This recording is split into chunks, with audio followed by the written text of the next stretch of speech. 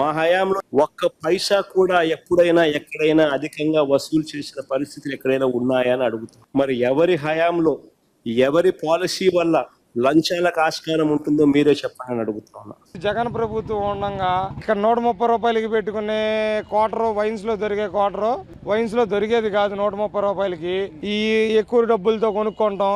500 సంపాదిస్తుంటే 400 రూపాయలు వీళ్ళకి మందుకే అయిపోతుంది. పొద్దున్నే 200 క్వార్టర్ తాగాలి, సాయంత్రం 200 క్వార్టర్ తాగాలి. 100 రూపాయలు వాళ్ళు ఇంటికి ఏం తీసుకెళ్తారు? జగన్ గాడే వీడు రేట్లు పెంచేసి 200 300 అంటే మేము ఎక్కడ జగన్ గారు చేసింది ఏంటంటే మద్యం రేట్లు పెంచడం వలన మాకు వచ్చే ఇన్కమ్ లో ఇంట్లోకి వెళ్ళేది కాదు. మొత్తం చేసే జగన్మోహన్ రెడ్డి కోట 100 రూపాయలది 150 రూపాయలు 250 రూపాయలు అమ్ముతున్నాడు. ఫోన్ పే లేవన్నాడు, ఓన్లీ క్యాష్ అన్నాడు. ఆ డబ్బు అంతా జగన్ ప్యాలెస్ లో ఉంది. ఇప్పుడు మద్యం కల్తీ మద్యం తయారు చేసేసి 30 రూపాయలు 40 రూపాయలకి ఇవ్వాల్సింది 150 రూపాయలు ఇచ్చి దోచుకొని ఆ డబ్బులు కూడా లెక్కలు అనేది లేకుండా వాళ్ళకి నచ్చిన రీతిలో తీసుకొని వెళ్ళిపోయి మొత్తం వాళ్ళ ప్యాలెస్ లో పెట్టుకుంటే 2019 నుంచి 24 వరకు నువ్వు రేట్లు పెంచావు, కల్తీ మద్యానం అమ్మావు. ఇదంతా ఈ డబ్బంతా ఎడిపోయింది.